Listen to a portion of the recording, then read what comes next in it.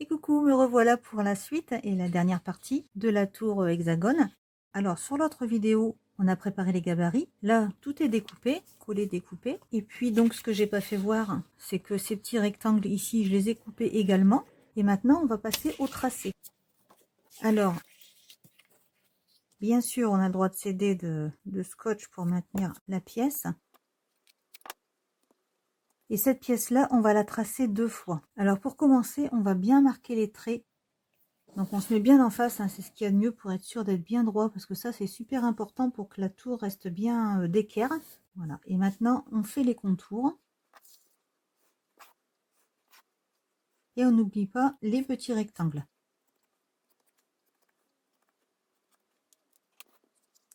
Donc ça on va le faire 2 fois. Ensuite je prends le gabarit de la cloison, je me mets un petit peu au bord comme ça. Comme ça me permettra de refaire les traits autour. Donc je trace le contour. Ici, je marque mes traits.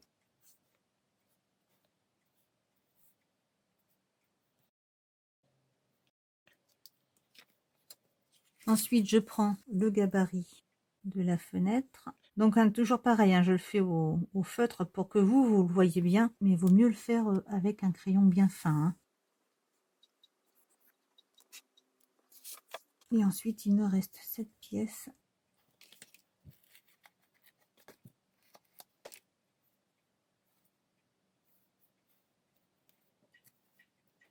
Alors là, ça va être un peu différent. Ce qu'il faut faire, c'est à chaque angle, vraiment là où c'est bien marqué par le point, on vient piquer.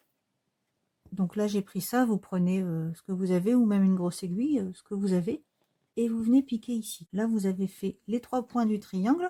Ensuite, on vient marquer les 3 repères qui ne sont pas piqués pour les plis, pour bien les retrouver après. Et ensuite, la fenêtre et le contour. C'est important d'avoir fait ces points parce que la pointe du crayon ne vient pas à la limite où elle doit venir. Elle ne peut pas rentrer là. Alors, au feutre, hein, ça fait pas un travail très propre, mais c'est pour vous voyez mieux. Hein. Voilà, une fois que ça c'est fait, je prends la règle pour cette pièce avec le dos du cutter ou avec votre pointe. Vous venez d'un point à un autre marquer le pli. Donc sur les 3 lignes qui forment le triangle, vous voyez le point il est ici et le trait s'arrête 1 mm avant. Donc là ça fausserait tout hein, s'il n'y avait pas ces points. Voilà, et maintenant pareil pour les plis. Alors les plis on reprend bien du point jusqu'au trait qu'on a tracé en extérieur.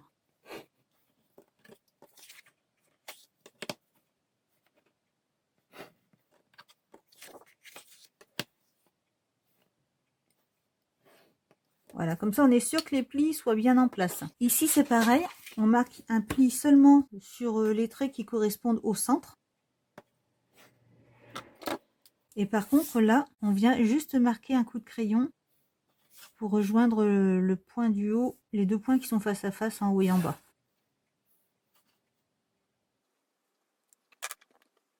Voilà, les pièces sont prêtes à être découpées, donc on y va.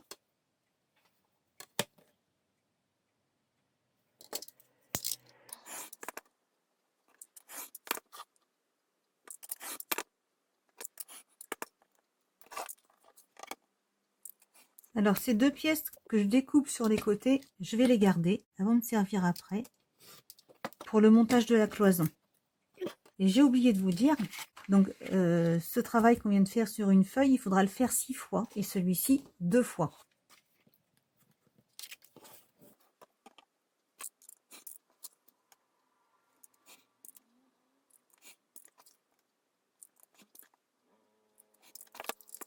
Pareil pour l'intérieur des fenêtres. On va les garder aussi pour la cloison. Ça évitera d'avoir à recouper d'autres pièces. Par contre, si vous ne faites pas les fenêtres comme je l'ai fait, si vous laissez fermer, il faudra garder des chutes ailleurs pour pouvoir faire ce qu'on va faire après avec ces pièces-là.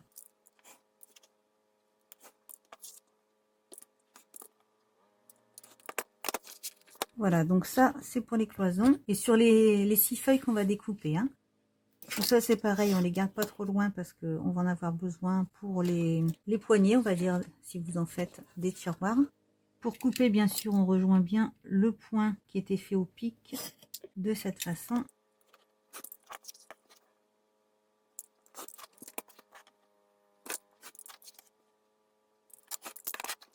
Et là, je termine au ciseau, puisque si c'est pas coupé très droit, ce n'est pas très grave. Ce sont les pattes de collage. Donc là, on a déjà coupé ça. Il nous reste cette pièce. Alors cette pièce, on va tracer au crayon toutes les lignes. Alors là, pour le tracer, fiez-vous vraiment au trait, parce que selon comment votre main va être placée autour du gabarit, elle va pas, le trait ne va pas se faire exactement là où il doit être. Donc l'idéal, c'est vraiment de se fier au trait qu'on a fait.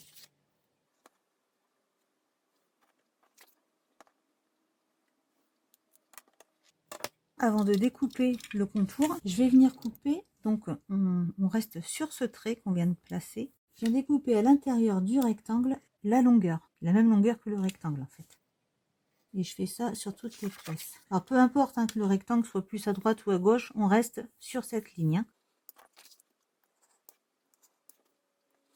Donc là, en touchant avec le doigt, on voit si toutes les pièces sont coupées, ça se sent. Et maintenant, il ne reste plus qu'à couper les contours, mais avant, j'allais oublier, on va avoir besoin d'autres pièces. On va couper des pièces d'à peu près, attendez, je vais prendre la règle, entre 1 cm et 1,5 cm, donc je vais faire 1,2. Hein.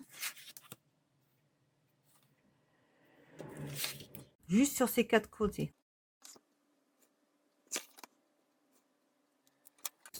Donc là, j'enlève ce grand morceau qui va pas me servir. Ce morceau, on le met de côté, on n'en aura pas besoin hein, pour ce projet-là toujours.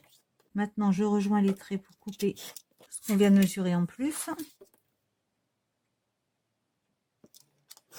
Ça, pareil, on n'en a pas besoin.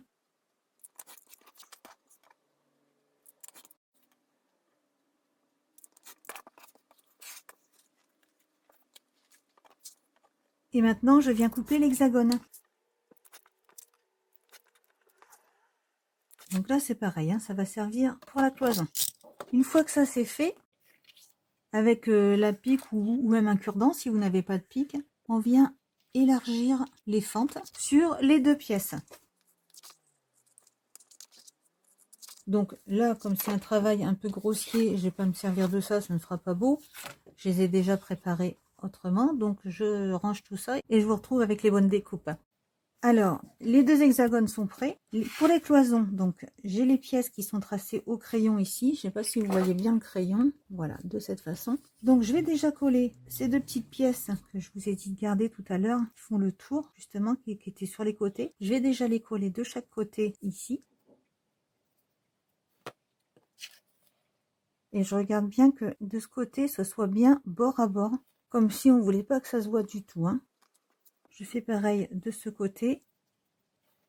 Là, je le centre simplement. Et là, ce que je fais là, c'est pour renforcer la cloison, pour qu'elle supporte plus de poids.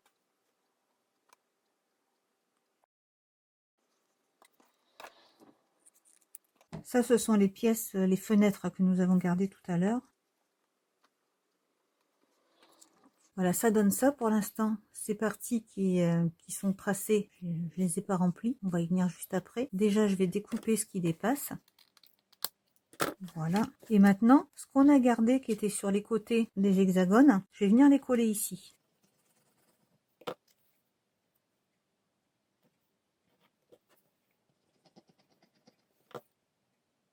Ah oui, et bien sûr, vous voyez, j'avais gommé toutes les pièces hein, qu'on va assembler. Hein. Voilà, le fait que ce soit pas que ces pièces-là, on les ait pas coupées exactement à 1,5 cm, ça permet de jongler un peu, de ne pas passer 3 heures à essayer de bien placer. Voilà, donc ça donne ça, je sais pas si vous voyez bien.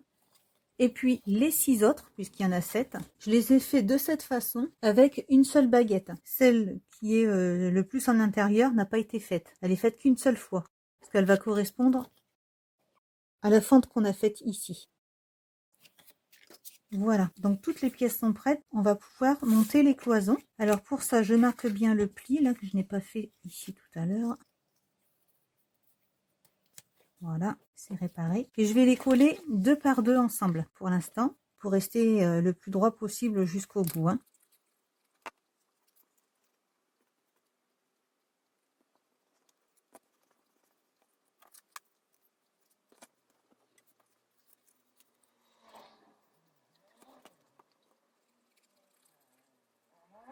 Donc je fais bien attention que tout soit bien bord à bord. Je me sers du plan de travail pour bien appuyer dessus. Donc là, c'est important, hein, que ça ne dépasse pas, parce que sinon, il va y avoir des gros écarts ici qui vont se faire.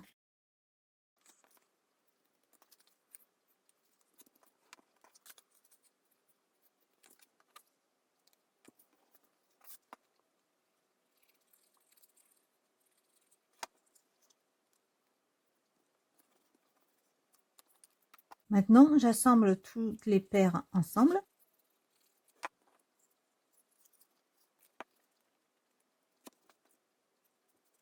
Bien sûr, plus il y en a, plus ça devient difficile de les placer, mais ça reste dans le domaine du largement possible, hein.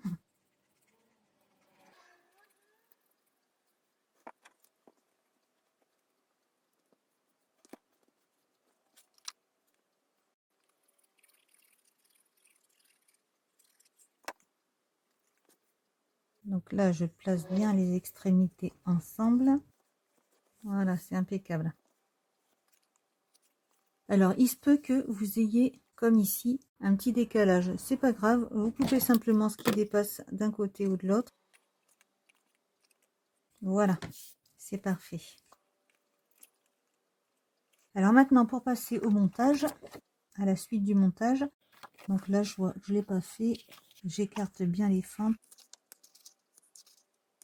Et là où il y a les 2 fentes, je viens là où il y a les 2 languettes qui ressortent. Je me place dessus. Ah, là, j'ai abîmé la pointe. Je vais avoir du mal à la rentrer. Alors, attendez. La pointe est roulée, alors elle a du mal à rentrer, donc je la retaille un petit peu. Voilà.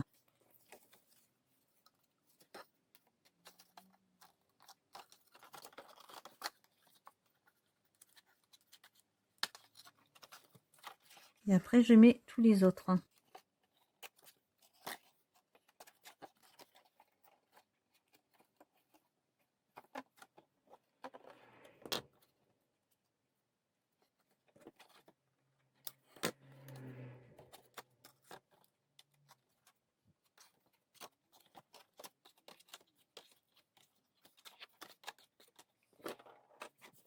Pareil pour l'autre face.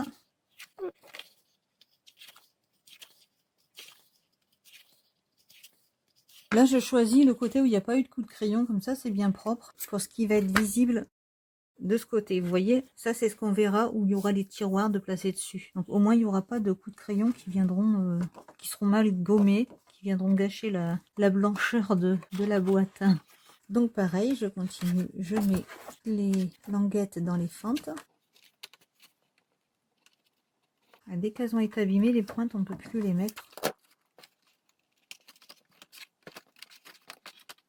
Et voilà. Alors, ce qu'on va faire, c'est faire attention que chaque pointe touche bien le sommet de la cloison. Et là, on va fermer de cette façon toutes les languettes. Alors, si celles du dessus vont vers la gauche, celles du bas doivent y aller aussi. Il faut qu'elles soient dans le même sens toutes. Vous voyez, comme ça. Dans ce sens. S'il y en a qui partent dans un sens et les autres dans l'autre, la tour dévie un peu, il se torsade.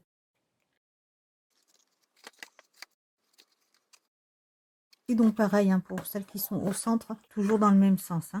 Ça aura aussi une importance si vous faites plusieurs niveaux. Donc bah, il n'y a plus qu'à coller ça, toutes ces petites pattes.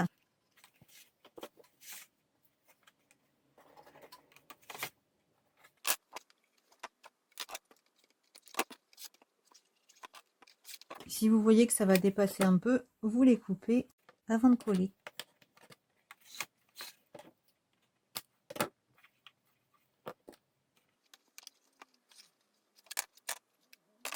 Et pareil de l'autre côté. Et là, vous voyez que du coup, on ne verra aucune patte de collage à l'intérieur. Ça ne gênera pas non plus l'entrée du tiroir à son emplacement. Alors, on passe maintenant au tiroir. On va donc marquer tous les plis. Donc, les 3 du triangle et les 3 des plis. Ensuite, pour la déco, donc j'ai pas découpé pièce par pièce, mais si vous prenez que des chutes, forcément, ce sera bien pratique le petit gabarit. Donc là, j'ai découpé les longueurs qu'il fallait et j'ai tracé au crayon qu'il fallait que je découpe. C'est ce que je fais maintenant. Et je reprends le petit gabarit de la fenêtre, je le place sur l'endroit, je trace au crayon l'intérieur et comme tout à l'heure, je viens couper l'intérieur.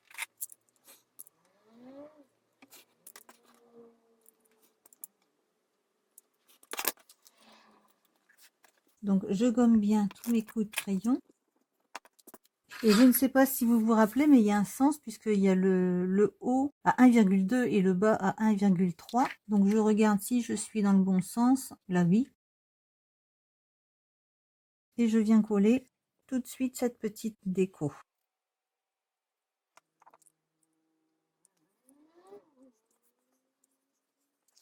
Une fois que c'est fait, je viens coller la boîte. Donc, je commence par l'arrière. Je me place bien au bord, vous savez, pour que ça reste bien égal de haut en bas, que l'espace qu'il y a ici corresponde à celui-ci.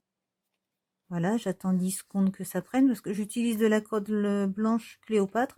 Après, c'est selon le temps que votre colle met à prendre. Voilà, et du coup, ça me laisse le temps de bien appuyer tout ça. Alors, je ne colle pas la vitrine tout de suite pour une simple et bonne raison, c'est que on verrait les pattes de collage. Donc, je mets les pattes de collage et après, je viendrai mettre la vitrine à l'intérieur. Donc, comme tout à l'heure, je mets de la colle. Je me place bien de façon à ce que ce soit égal, que le haut soit égal au bas. Alors, je sais pas si je peux le faire voir comme il faut. Je sais que ma caméra, elle n'est pas extra. Hein. En gros, voilà ce que ça donne. J'espère quand même que j'arrive à m'expliquer comme il faut avec les mots. Hop, et j'appuie bien. Et pareil, de ce côté.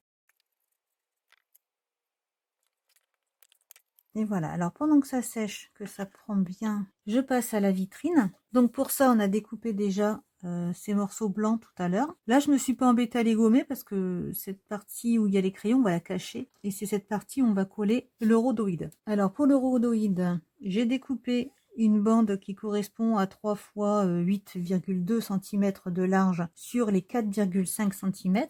Sinon, vous vous faites aussi un gabarit si vous avez des restes de rhodoïde pour avoir les bonnes mesures. Donc 8,2 cm sur 4,5. Donc là, je viens les couper à 8,2.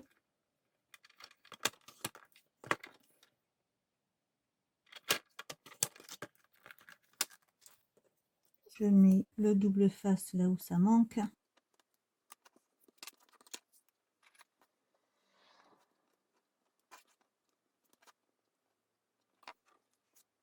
Et je viens le placer au mieux pour que ce soit le plus centré possible. Ensuite, je viens mettre de la colle à l'intérieur. Donc là, c'est la partie où il y avait les coups de crayon, hein, ce papier blanc. Donc je mets de la colle à l'intérieur et je n'ai plus qu'à le placer. Donc je le tords un peu pour rentrer plus facilement. Et voilà, donc j'appuie bien le temps que la colle prenne. J'appuie carrément pour que ça aille vers le fond. Hein. C'est prévu pour, comme ça on n'a pas à jongler, savoir si on est bien à la bonne hauteur. Je vais le laisser prendre un peu avant d'appuyer. Donc en principe on en fait plusieurs d'affilée, donc ça fonctionne mieux. On a le temps d'attendre que ça prenne d'un côté de l'autre. Voilà. Alors pour les poignets, après vous les faites comme vous voulez. Pour ma part, j'ai découpé des ronds, donc ils font 2,5 cm. Oui, 2,5. Et je viens les plier à peu près au plus près possible du centre. Je les replie et à l'arrière, je viens marquer le centre au crayon Donc 9,5 ça fait 4,75 et je trace un trait très fin, voilà, pour me placer comme il faut. Donc là, c'est pas tout à fait le centre, donc la partie la plus grande, je vais la coller, c'est elle que je vais coller en dessous. Après, vous faites comme vous voulez. Le principal, c'est que si vous voulez que ce soit tout identique, faites-vous un repère de cette façon. Donc moi, je colle ce qu'il y a de plus grand et je le centre. Alors, une fois que tout ça c'est prêt, quand on va placer le tiroir ici, quand on va le bouger, ça va pas être pratique parce qu'il risque de tomber à n'importe quel moment, surtout quand on va vouloir bouger la tour, et surtout s'il y a du poids dedans. Donc pour ça, déjà, on va déterminer dans quel sens va aller le bloc. Parce que selon sur quoi il sera posé, si par exemple là vous vous retrouvez dans le même sens, vous savez ces languettes qui sont collées, si elles sont dans le même sens, ça va créer un jour. Donc le mieux c'est de le mettre dans le sens où ils seront opposés. Voilà, comme ça vous êtes sûr que ça se calera un peu plus facilement et il n'y aura pas de jour qui se créera. Donc là, ce meuble, je vais le mettre, déjà il va aller en dessous celui-là parce que les autres sont faits. Hop, de cette façon, impeccable. Donc mon meuble va rester droit comme il est là. Donc je prends mon tiroir. Et là, j'ai découpé des petites languettes qui font 2 cm et demi sur 0,5. Mais si vous mettez votre poignet autre que l'en dessous, vous pouvez très bien faire des languettes qui fassent la longueur totale. Hein. Donc là, je vous fais voir juste ce que je vais faire. Donc je prends une autre languette qui fait à peu près la même dimension en largeur et qui est plus longue par contre pour avoir un meilleur maintien. Et je viens de lui faire un pli à 0,6. 1 mm de plus que la languette parce que le pli va créer un recul. Je le place ici. Je mets de la colle sur la petite languette et je me sers de ce que je viens de plier comme appui. Comme ça, j'appuie ça en faisant attention que ça ne dépasse pas ici et je viens le coller ici. Là, on est en train de créer une butée pour plus que les tiroirs tombent. Donc, je le fais des deux côtés.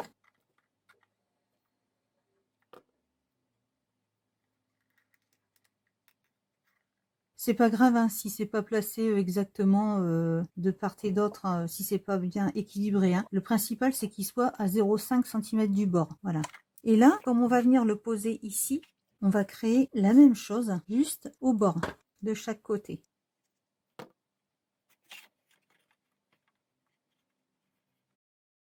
Vous voyez, je le colle comme ça, vraiment juste au bord. Hein. Voilà.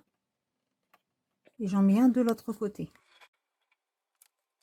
Voilà, je sais pas si vous les voyez bien vu qu'ils sont blancs. Ah, vous avez compris le principe là, c'est vraiment, ces deux-là sont vraiment au bord et sur les côtés. Voilà, et maintenant, je regarde si c'est sec, voilà. Du coup, maintenant, je place le tiroir et je peux faire comme je veux, il ne tombe pas. Alors par contre, pour le sortir, il faut le soulever un petit peu. Et pour le rentrer, pareil, il faut le soulever avant de le poser. Parce que là, si vous le tirez simplement, il sortira pas. Il faut vraiment le soulever un petit peu et il sort. Voilà. C'est pour ça que j'ai fait la poignée en dessous pour une question de pratique en fait. Donc voilà, il n'y a plus qu'à faire. Il n'y a plus qu'à faire tous les autres. Et le premier niveau est prêt. Une fois qu'il est prêt, je vais les coller les uns sur les autres, comme je vous ai expliqué, hein, avec les pattes de collage qui partent à droite et à gauche, chacun leur tour. Donc là, ceux-là, ils partent dans ce sens. Ils partent vers la droite. Donc ceux-là, il faut qu'ils aillent vers la gauche. Voilà. Et au final, on se retrouve avec une tour avec le nombre d'étages qu'on veut. Donc je pense que si vous mettez que des choses fragiles comme des petites fleurs, tout ça, vous allez pouvoir en monter tant que vous voulez. Mais là, comme c'est que du papier, si vous mettez plus lourd, 5 étages, ce sera le maximum. Hein. Donc après, je viens le coller sur un plateau tournant. Et là, en dessous, ce que je vous ai pas fait voir la dernière fois, c'est de mettre un tapis antidérapant. Donc celui-ci, je l'ai eu chez Action. Il est quand même assez grand parce qu'il mesure 1,50 m sur 30 cm. Donc il y a vraiment de quoi faire avec. Hein. Si vous voulez faire toute une série avec les plateaux tournants, ça suffira bien. Et donc vous posez votre plateau et il n'y a plus qu'à le tourner avec les tours dessus. Comme ça, je colle tout dessus et ça tourne tout seul. Et puis pour terminer tous les niveaux, j'ai découpé un autre hexagone que je vais venir coller au-dessus pour que ça finisse proprement. Après, vous pouvez également faire aussi un petit bac pour mettre des choses dedans, comme vous voulez, comme vous faites, vous savez, avec les encres. Alors voilà, j'espère que ça vous a plu. Je vous remercie d'avoir regardé ma vidéo. Je vous souhaite une très très bonne journée, bon scrap et à bientôt!